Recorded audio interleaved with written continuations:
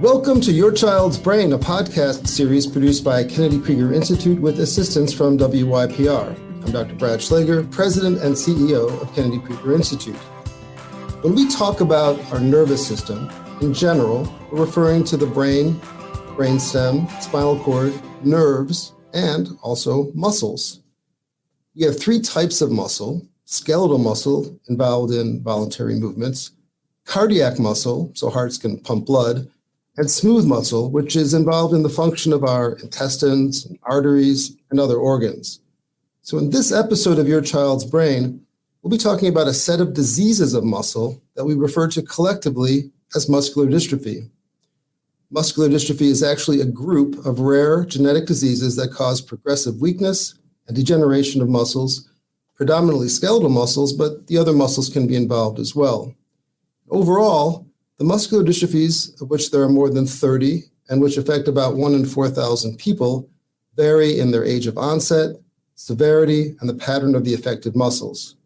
A general principle shared by all forms of muscular dystrophy is that they grow worse over time as muscles progressively degenerate, atrophy, and weaken. Muscular dystrophy can involve other tissues besides muscle. That's because muscles, both skeletal and non-skeletal, have so many important contributions to other organs in our bodies, and because some rare neurogenetic diseases directly disrupt the development and functioning of other organs, including the brain. Regular listeners to this podcast know that we've talked often about the challenges posed by rare diseases, that while any given rare disease is rare, collectively, rare diseases are common, with approximately 7,000 described rare diseases affecting 25 to 30 million U.S. adults, with a disproportionate number of those diseases involving the nervous system. To help us dive deeper into muscular dystrophies, we're joined by my exceptional colleague from Kennedy Krieger Institute, Dr. Doris Leung. Dr. Leung, a neurologist, is the director of the Center for Genetic Muscle Disorders at Kennedy Krieger and is an associate professor in the Department of Neurology at the Johns Hopkins University School of Medicine. So welcome, Doris. And let's start our discussion with some basics. Can you explain what we mean broadly by genetic muscle disorders? The genetic muscle disorders are a class of diseases that primarily affect skeletal muscle, which are the muscles that are in your arms and your legs that allow you to move. And so there are many different types of muscle diseases, but the type that I specialize in are genetic. They're potentially inherited diseases, usually based that are caused by defects in the DNA of different proteins that are used by muscle. Broadly speaking, what are the symptoms that you see with patients with muscular dystrophy? By far, the most prevalent symptom is muscle weakness. I think that, we all kind of have an understanding of what muscle does, but I think it's unique, really among all of the other cell types, in that its function is to actually change size. So all of your cells have like a nucleus and have, kind of the same sort of basic structure. But muscle cells have subspecialized in a way that they line up end to end to end and form these very, very long fibers. And they shrink as like a spring coiling up together. And then they can also relax and lengthen. And it allows you to move. It allows every part of you to move. And it allows you to generate force. And so when any part of when the muscle is no longer functioning, it doesn't do those things. It doesn't generate force, and you don't move. And that's what we call weakness. There can be any number of other symptoms that go along with this, but in the primary diseases of muscle, by far and away, this is the most common symptom. You mentioned before that your particular area of focus happens to be the genetic disorders of muscle. Are all of these disorders genetic? And if not, what are some of the other causes that can lead to what looks like a muscular dystrophy? So all of the diseases that I study are genetic, but there are what we call acquired muscle diseases as well. These are diseases that are not based in the DNA. You're not born with them, but you acquire them. And the largest class of acquired muscle diseases will be myositis, which are autoimmune diseases of muscle. These diseases also cause muscle weakness, but for different reasons. In the case of myositis, it's your own immune system starts to attack the muscle and will just start breaking it apart. Most of the genetic muscle diseases, what is happening is that there's some sort of key protein that is included in the muscle, sort of like, one of the bricks in the wall. And there's a defect there that it doesn't function normally. And over time, this causes muscle to break down or become unstable. And your muscle can repair itself, from its stem cells. The muscle stem cells are called satellite cells, and they will regrow new muscle from their stem cells. Over a lifetime, though, this, there is only a certain number of cycles that you get before the cycle of degeneration and regeneration causes the muscle to basically become replaced with scar tissue. That results in the progressive weakness that we see in the muscular dystrophies. What are some of the common features, in addition to weakness, that disorders of muscle, whether they're genetic or acquired, have? So they can involve other organ systems. And it seems unusual sometimes to think about it, but I think when you're talking about your DNA specifically, you have to remember that your body kind of uses the same pieces of code over and over and over again, instead of reinventing the wheel. It's kind of like if you have a bake sale and you need to come up with 6 different pies, right? You don't need to invent a new crust for every pie. You just use the same pie crust recipe, and then you just change and you swap out the fillings, right? And so your body does the same thing with DNA, right? For if you need, a transmembrane section of an ion channel, then you can just borrow one from another cell type. And use that exact same code, and then change it up a little bit to suit muscle. What we find is that a lot of these genes have overlap in other organ systems.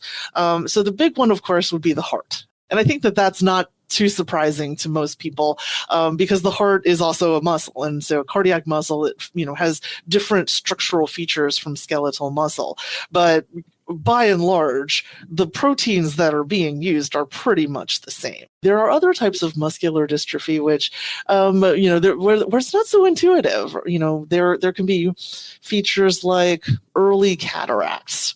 There can be abnormalities in brain function and cognition. Let's talk about that last bit a bit more, the involvement of the brain. What kinds of ways can you have a disorder of muscle that also directly affects brain function? One of the most common types of muscular dystrophy that I see is Duchenne muscular dystrophy. Duchenne muscular dystrophy is caused by pathogenic variants, or mutations in a gene called dystrophin. And dystrophin is an enormous gene. The full length of the dystrophin is the part that has a structural function in muscle. It's kind of like the beams and the posts that hold up your house, that hold up your roof, and it provides a lot of structural support. However, you don't have to use the entire gene, right? And like I said, it's like you don't need to use the entire pie recipe. You can just steal the pie crust part of it. And there are other forms of dystrophin that are just replicating little parts of the gene. And these forms of dystrophin are found in brain and other tissues. It is not completely understood what dystrophin is doing in the brain. When we start to study this population, that they do have what we call these, central nervous system manifestations. There is a higher risk of autism spectrum disorder, attention deficit disorder. When we start to do this more formal neuropsychological testing, one of the domains that kind of over and over again has been implicated is verbal memory. And so we're really just at the beginning of finding ways to characterize the brain involvement in muscular dystrophy. So you mentioned the central nervous system, just for level set. So that's the brain stem, the spinal cord, whereas the peripheral nervous system would be nerve, muscle, and then the junction between nerve and muscle. This dystrophin, which is disrupted in Duchenne, we know it to be involved in muscle, but it's also pieces of it are involved in brain function. So both the central and the peripheral nervous system involved in this genetic disorder of muscle. It's a really important point. We're learning more. We've known for some time patients with Duchenne muscular dystrophy have some cognitive neurodevelopmental issues. We're learning more all the time about how that works. You brought up Duchenne. Let's talk a bit more about it. How common is it? And one of its features is that it primarily involves boys. Why is that the case? Duchenne muscular dystrophy affects, they say, one in approximately 5,000 male births. And the reason why it affects males more than females is because the dystrophin gene is located on the X chromosome. Females have 2 copies of the X chromosome, males only have 1. And so if there is a defect on 1 copy of the X chromosome, women have a spare copy that, as long as that version is intact, they will make their dystrophin off of the good copy and not use the bad copy. Males, unfortunately, only have the bad copy, and so they manifest the disease. Are there genetic disorders of muscle that mostly affect girls, or that or do most affect boys and girls in equal numbers? There are a couple of X-linked ones, and Duchenne and Becker are by far the most common X-linked ones. The other muscular dystrophies are, for the most part, equally inherited between boys and girls. So both they're dominant or recessive diseases, and so there is a difference between whether they need 1 abnormal copy or 2 abnormal copies of the gene. It's inherited equally between boys and girls. Is newborn screening available at this point for muscular dystrophy? I'm going to say almost. For years, there have been proponents of adding Duchenne muscular dystrophy to the newborn screening panel. I think that what has held it back is that there was no immediately available treatment. So the idea of the newborn screening panel is that by identifying and treating a disease in the newborn period, that you would prevent the disease from progressing, or that you would be able to modify the disease in some way. And up until fairly recently, that's not really been the case with Duchenne muscular dystrophy. There are people who would say that that's not exactly the case now. There are treatments that we provide for children who are very, very young, but treatment in the newborn phase is still not standard. So when there is evidence of a genetic muscle disorder that's in a family, what's your approach to advising a young family still thinking of having children about the role of genetic testing?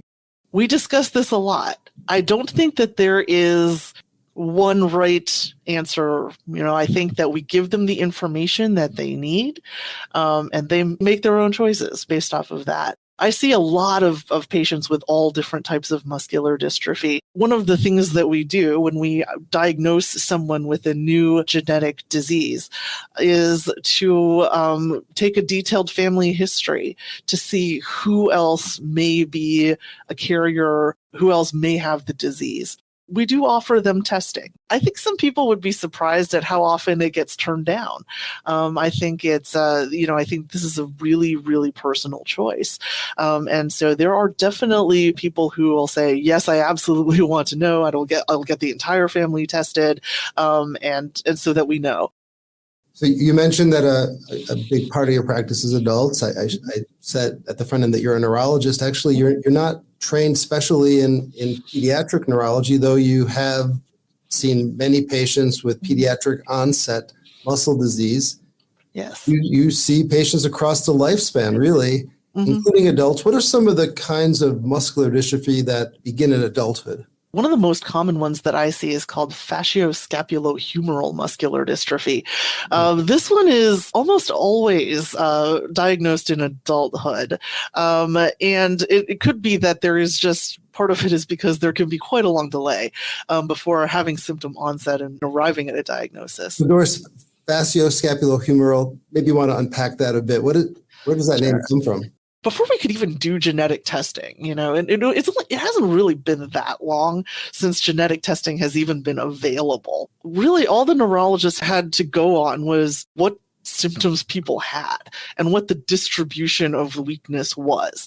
And what's interesting about muscle diseases is that even though we know that the genetic defect is in every cell, it is almost never the case that every muscle is equally affected. There are always some that are going to be weaker and some that are stronger and some that are affected earlier and some that can be spared until very, very late in the disease, which is how facioscapulohumeral muscular dystrophy came to be recognized, because you would develop weakness in the face, in the shoulder girdle, which is like the scapula, and also in the muscles of the humerus, which are your biceps and triceps. So there are other muscles that can get involved. But this is an unusual enough combination that people recognized that it was its own kind of separate muscle disease entity. Kind of depending on who you're asking, it's going to be either the second or third most common muscular dystrophy. So a moment ago, you mentioned that it's only been really a relatively short amount of time that we have been able to use genetic testing to confirm or disconfirm a specific genetic cause of muscular dystrophy. Historically, we used muscle biopsy and how patients showed up clinically. Let's talk about day-to-day now in your clinic. How are you making these diagnoses of muscular dystrophy? Overwhelmingly, the genetic testing has become our primary diagnostic modality. I think where it starts, though, is that somebody has to recognize that this is a muscle disease. And this can be that there is a loss of motor milestones, or that there's increasing difficulty walking, or more frequent falling. What usually happens next is that somebody tests the muscle enzyme levels. The most common one is called the creatine kinase, or the creatine phosphokinase. It's a protein. It's very abundant in muscle. So that's just a simple blood test, right? That's a very simple blood test. And so when you see that it's elevated, that very frequently signifies that there is a muscle disease. And so it used to be at that point is where people kind of went down the muscle biopsy route. The reason why we don't do that as much anymore is that within the muscular dystrophies, they can look very, very similar under the microscope. You kind of see this kind of combination of muscle destruction, regeneration, scar tissue. It's not a great modality for distinguishing one muscular dystrophy from another. There are a few where you can do the special stains and things like that, but nowhere close to these, like these large genetic testing panels that we can now do. And you don't have to do a muscle biopsy, which is not unsafe, but at the same time still invasive test. Now we can test a panel of over 200 genes that cause muscular dystrophy based on a saliva sample. Well, just to make sure that's clear, so there's over 30 types of diseases, but over 200 types of genes. That's because lots of different genes might be causative of the same overall genetic muscle disorder. I think that when we talk about the 30 types, we're talking about specifically the muscular dystrophies. And so muscular dystrophies are a subgroup of the genetic muscle diseases. And so there's hundreds of genetic muscle diseases. But specifically the muscular dystrophies are, what we see with them is that you are not necessarily affected when you're born. But at some point you start to develop weakness, and that weakness will progress for the rest of your life. That's kind of where the 30 comes from. The ones that are very common are Duchenne and Becker, FSHD, which is facioscapulohumeral muscular dystrophy, myotonic dystrophy, and then kind of the limb-girdle muscular dystrophies will make up all of the rest, right? When I first came to the Kennedy Krieger Institute, we used to name the recessive ones like, 2A, 2B, 2C, and the dominant ones were 1A, 1B, 1C. And when I started in 2010, we had named the recessive ones up to about 2M. By 8 years later, we had gone all the way to Z, right? And so had run out of letters. And so everybody said, well, now what are we going to do, right? And so we basically just flipped it, right? And so now we have, we have the limb girdles are R1, R2, R3, R4, because we are identifying new genes that cause muscular dystrophy. This is a really, very dynamic field diagnostically. Let's move to talk about how these diseases of muscle are treated. Mhm. Where are we right now with treatment options for muscular dystrophies? Unfortunately, there is no cure for muscular dystrophy. There's no cure for any known muscular dystrophy. And by cure, I mean that this is an intervention that will make it so that you do not have muscular dystrophy anymore. And that does not exist so far.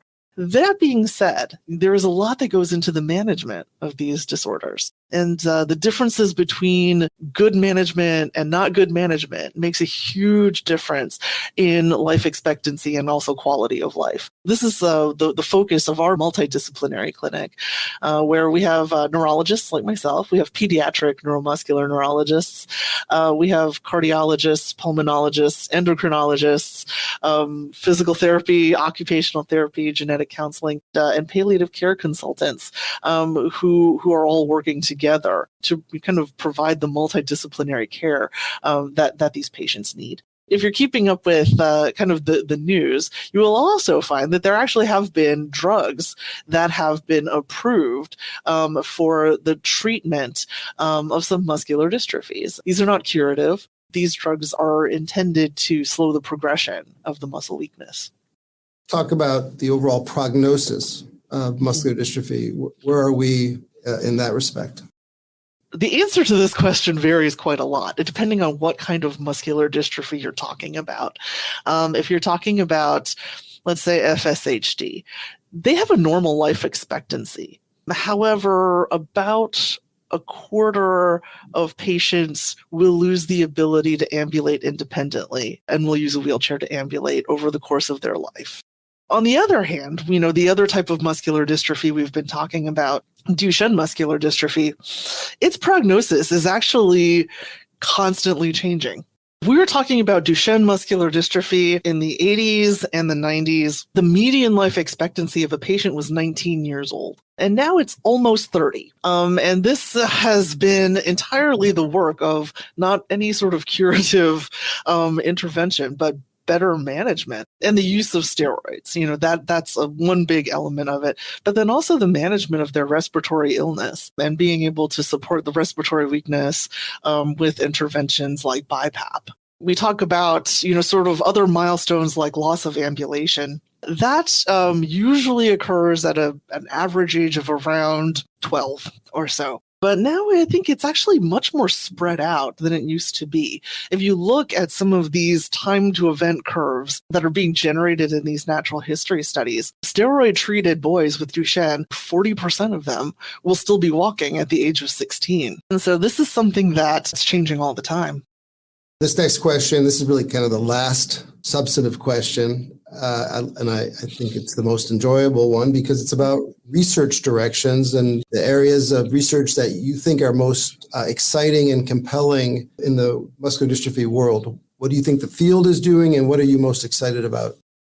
So one thing that I think has really changed a lot since the time I started studying muscular dystrophy exclusively is actually the diversity of different trials that we're able to do. For a lot of different reasons, Duchenne muscular dystrophy was really the farthest ahead in terms of mobilizing the disease population, finding interested investors in research, and kind of putting together their natural history studies and pushing trials forward. So when I first started here, all of our trials were basically in Duchenne muscular dystrophy. As we're sitting here now, we have 2 that are in FSHD, 2 that are in limb-girdle 2I. We're going to, in the next couple of years, there will be, I think, 4 different trials in myotonic dystrophy coming into the patient enrollment phase. And so I think that there is a lot more interest in studying these even rarer forms of muscular dystrophy, which I think is incredibly exciting. What are some good online resources where listeners can go to learn more about muscular dystrophy? I really think that a number of our patient advocacy groups have really put together some excellent material. I actually go and look at their worksheets and look at their references myself fairly frequently.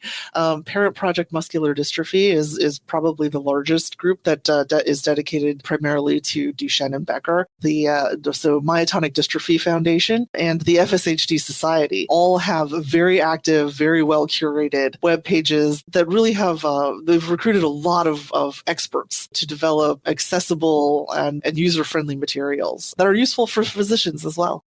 Great. So we'll post those resources on the web page that goes along with this podcast episode. And that's an excellent place to end. So thank you to our guest, Dr. Doris Leung. We hope that you, our listeners, have found this discussion about muscular dystrophies interesting and informative. Please check out our entire library of topics on your child's brain at wypr.org, kennedykrieger.org/YCB, or wherever you get your podcasts. You've been listening to Your Child's Brain. Your Child's Brain is produced by Kennedy Krieger Institute with assistance from WYPR and producer Spencer Bryant. Please join us next time as we examine the mysteries of your child's brain.